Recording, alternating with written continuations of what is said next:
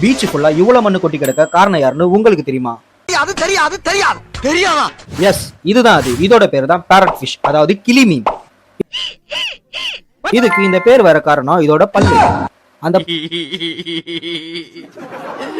அந்த பல்ல வச்சுட்டு இது ஒன்றும் சும்மா இருக்கிறது இல்ல. பவளப்பாறையில இருக்க பாசியை சாப்பிட்றான்னா பவளப்பாறையே சேர்த்து சாப்பிடுவான்.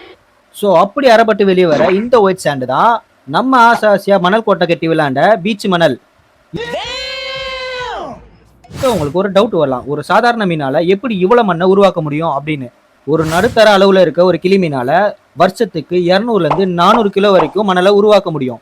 ஆனா இந்த மாதிரி பெரிய அளவுல இருக்க கிளி மீன்களால ஒரு வருஷத்துக்கு 900 கிலோ, அதாவது கிட்டத்தட்ட 1 டன் அளவுக்கு மணலை உருவாக்க முடியும்னா பாத்துக்கோங்களேன். இது மத்த மீன்கள் மாதிரி நார்மலாலாம் தூங்காது. ஒரு பெட்ஷீட் எடுத்து போத்திக்கின்னு தான் தூங்கும். என்னென்ன சொல்றான் பாருங்க. இது வாயிலிருந்து ஒரு வகையான சளி மாதிரி ஒண்ணு உருவாக்கி அது உடம்ப மொத்தமா கவர் பண்ணிட்டு தான் தூங்கும். இதுல ஆச்சரியமான விஷயம் என்னன்னா, இதால தன்னோட ஜெண்டர், அதாவது பாலினத்தையே மாத்திக்க முடியும். நான் எழுதின ஸ்டோரி தான், ஆனா எனக்கே தெரியாம ஏகப்பட்ட ட்விஸ்ட் வைக்கிறாங்கப்பா. அதுல பெண்ணா பிறக்கிற ஒரு சில மீன்களால மட்டும்தான் தன்னோட குழுவோட தேவைக்காகவும் தன்னோட குழுவை பாதுகாக்கிறதுக்காகவும் இந்த மாதிரி ஆண் மீன்களா மாறுது.